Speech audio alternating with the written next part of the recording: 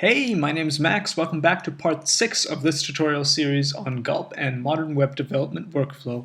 LiveReload is something that is talked about a lot, but I personally have never used it in my projects just because I never thought it was a big deal to quickly refresh a site whenever I made changes. And I always thought it was kind of a complicated process.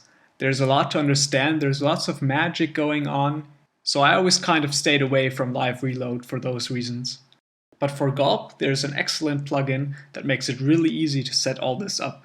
So in this video, I'm going to show you how you can integrate LiveReload into your Gulp file to further speed up your development process. The plugin we're going to use for this is called gulp-connect. This plugin does a lot of things, and you might argue that that's not really playing well with Gulp's philosophy, which is to have plugins only do one thing and do it well. But at the end of the day, we need to get stuff done, and this plugin makes web servers and LiveReload really easy, so we're going to use it anyway. We're going to require gulp-connect, which we just installed. Then we'll set up a new task called connect. And we're going to say connect, start up a server, and we want to serve up the compiled HTML, JavaScript, and CSS, so we're going to set the output directory as our root. And in addition to that, we're going to tell Connect to open up our browser for us. And that's one more thing we don't have to take care of ourselves. Now we'll just set the Connect task as a task dependency for our default task. Then we can already head over to the console and run our default task. And magically our browser opens at localhost on port 3000.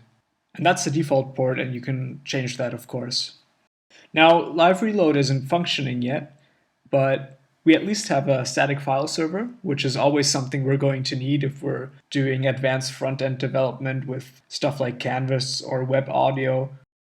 But if we take a look at the elements on the page, we can see that there has been a script file injected into our HTML. This script is the connection to the LiveReload server that is already running. Now all we need to do is notify LiveReload whenever files change. Okay, we definitely want to reload whenever JTemplates get compiled.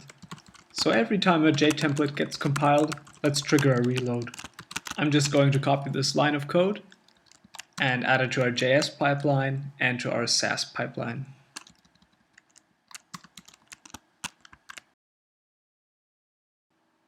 I'm going to stop the old task and spin up gulp default again.